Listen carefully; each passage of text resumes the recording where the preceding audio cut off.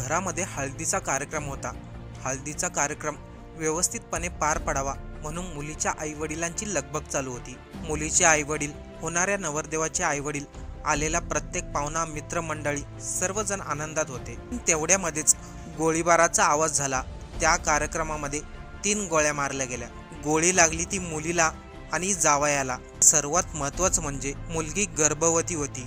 पण अचानक हळदीचा कार्यक्रम आनंदात चालला असताना 3 गोळ्या नवीन जोडप्याला कोणी मारल्या? या गोळीबारानंतर मात्र सर्वांनाच धक्का बसला। नेमकं त्या ठिकाणी काय झालं? हळदीचा कार्यक्रम चालू असताना कोण तो व्यक्ती होता ज्यांनी या गोळ्या मारल्या? चला सविस्तर पाहू। सर्व घटना घडली आहे जळगावातील चोपडा तालुक्यामध्ये। धुळे जिल्ह्यातील शिरपूर तालुक्यामध्ये तृप्ती मंगले राहत होती।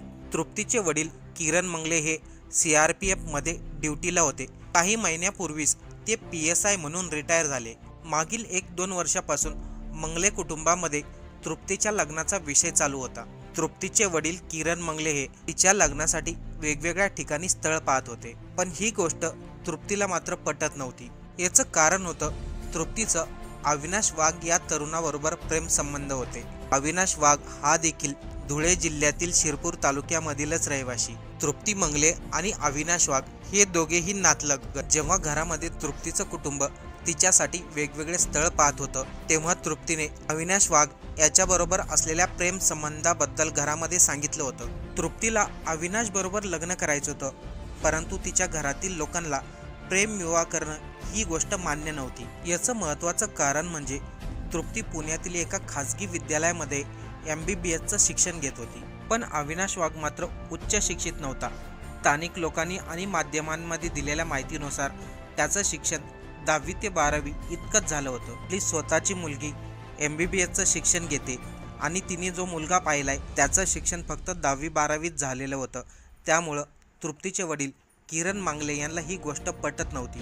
तृप्तीने घरामध्ये स्पष्टपणे सांगितलं होतं लग्न कराल तर अविनाश बरोबरच। त्यामुळे मुलीच्या हट्टापुढे घरातील लोकांचं काहीही चाललं नाही। गेल्या वर्षभरापूर्वीच तृप्तीच्या आईवडिलांचा विरोध असून देखील तृप्तीने आईवडिलांच्या विरोधामध्ये जाऊन अविनाश बरोबर लग्न केलं।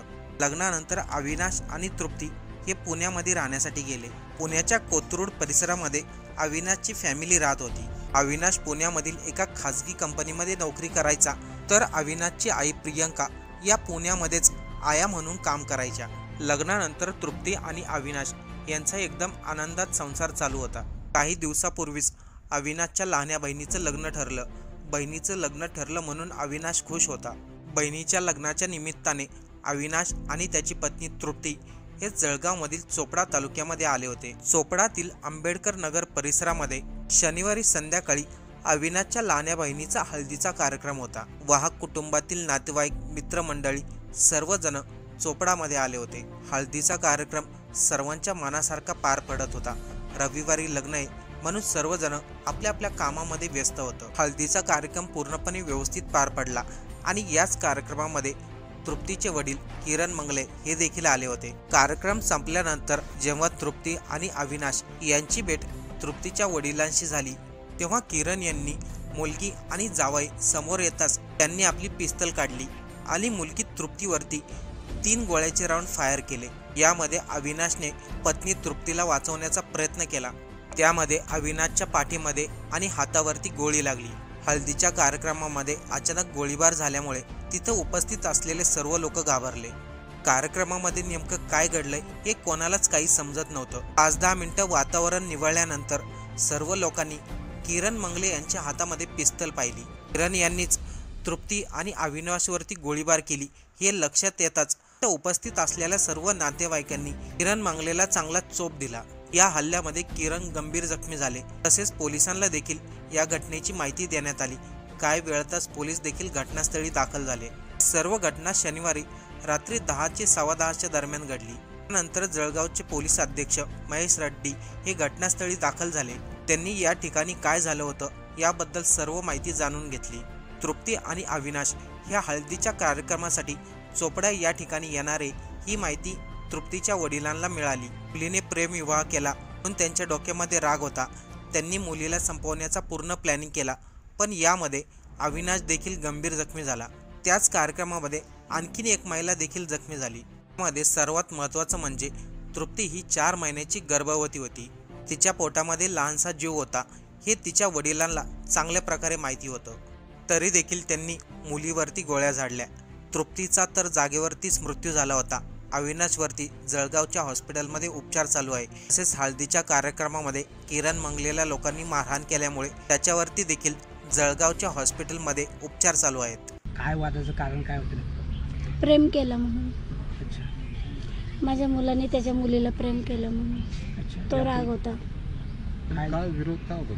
विरोध म्हणजे त्याला आमच्या घरी नांदवायचं नव्हतं. अच्छा. त्याची मुलगी त्याच्या घरी पाहिजे नव्हती. हम्म. मग तो 2 वर्षापासून काय करत होता तेव्हाच विचार करायला पाहिजे ना. बरं. तू माझ्या पोरीच्या कार्यक्रमामध्ये गोंधळ घातलं. हम्म. तुमच्या सख्या मुलीचं लग्न होतं? हो, माझ्या सख्या मुलीचं लग्न होतं. काय घडलं नेमकं काय घडलं का? म्हणजे आम्ही डीजे मध्ये नाचत होतो. हां. मी माझे सर्व मुलं घेऊन नाचत होते. म्हणजे आमची फॅमिली सगळी नाचत होती. म्हणजे नवरदेवकडचे आमच्याकडचे सगळे आम्ही नाचत होतो. मग तो मागणं आला, तोंडाला रुमाल वगैरे लावलं होतं. डायरेक्ट फायरिंग करायला लागला. डायरेक्ट पहिली गोळी माझ्या सुनाला मारलं. नंतर मग माझी सून खाली पडल्यानंतर लगेच माझ्या मुलाला मारलं. 2 गोळ्या माझ्या मुलाला मारलं, 2 गोळ्या माझ्या सुनाला मारलं. कोणी मारलं? मुलीच्या वडिलांनी. नाव काय? किरण मंगळे, तुमचे नाते मिलिटरीवाला आहे. नाते खोजी. तुमचे नातेवाईकच आहे का ते? हो, सख्या नंदाचा नवरा आहे. अच्छा. सख्या नंदाचा जाव आहे. म्हणजे भाचीचा नवरा सख्या. मुलगी काही मेडिकल कॉलेजला शिकत होती? हो. आणि मुलगा पण शिकलेला आहे. 13वी झालेली आहे त्याची. कंपनीमध्ये कामाला आहे, कमीज कंपनीमध्ये. म्हणजे तुमचा काही नकार नव्हता लग्नासाठी? नाही. तुम्ही तयार होता? हो ते असं पण म्हणतात की काही प्रेग्नेंट वगैरे होत्या का? हो, किती दिवसाची? 4थ्या महिन्याची. आता हो.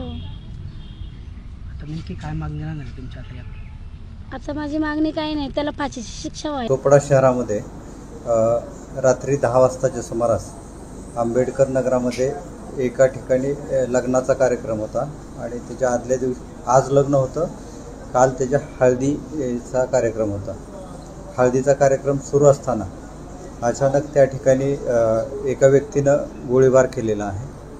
त्या गोळीबारामध्ये ज्या व्यक्तीनं गोळीबार केला त्याची स्वतःची मुलगी आणि जावाई या दोघांना गोळी लागलेली आहे. मुलगी मरण पावलेली आहे आणि जे जावाई आहे त्याच्या कमरेत गोळी लागलेली आहे, तो जखमी आहे, त्याच्यावर उपचार सुरू आहे. सर, या सगळ्यांची नावं काय आहेत आणि हत्या करण्यापाठीमागचं कारण काय?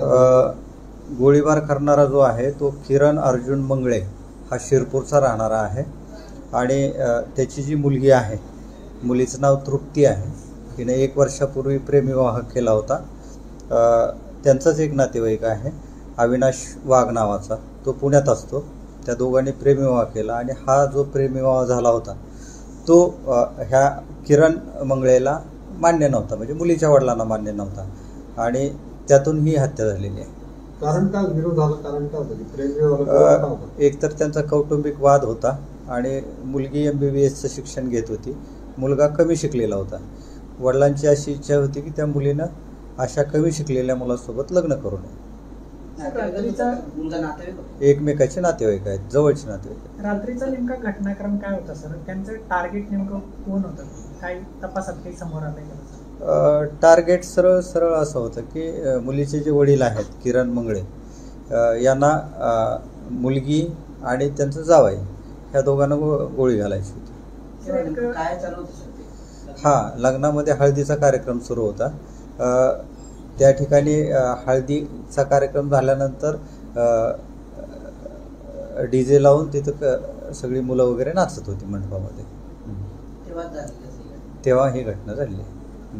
या सगळ्या घटनेत आता गुन्हा काय दाखल केलेला आहे आणि या सगळ्याची प्रकृती कशी? त्यांना गोळ्या ही गोळ्या झाडल्यानंतर तिथं जी काय लोक होते, नाचत होते मुलं, तर सर्वांनी मिळून हा गोळी झाडणारा जो किरण मंगळे आहे याला पण मारहाण केलेली आहे. तो पण जखमी आहे. त्याच्यावर जळगावमध्ये उपचार सुरू आहेत आणि जो त्यांचा जावई आहे त्याला पुण्याला शिफ्ट केलेला आहे. त्याची प्रकृती व्यवस्थित आहे. पुण्यामध्ये त्याच्यावर उपचार सुरू आहेत.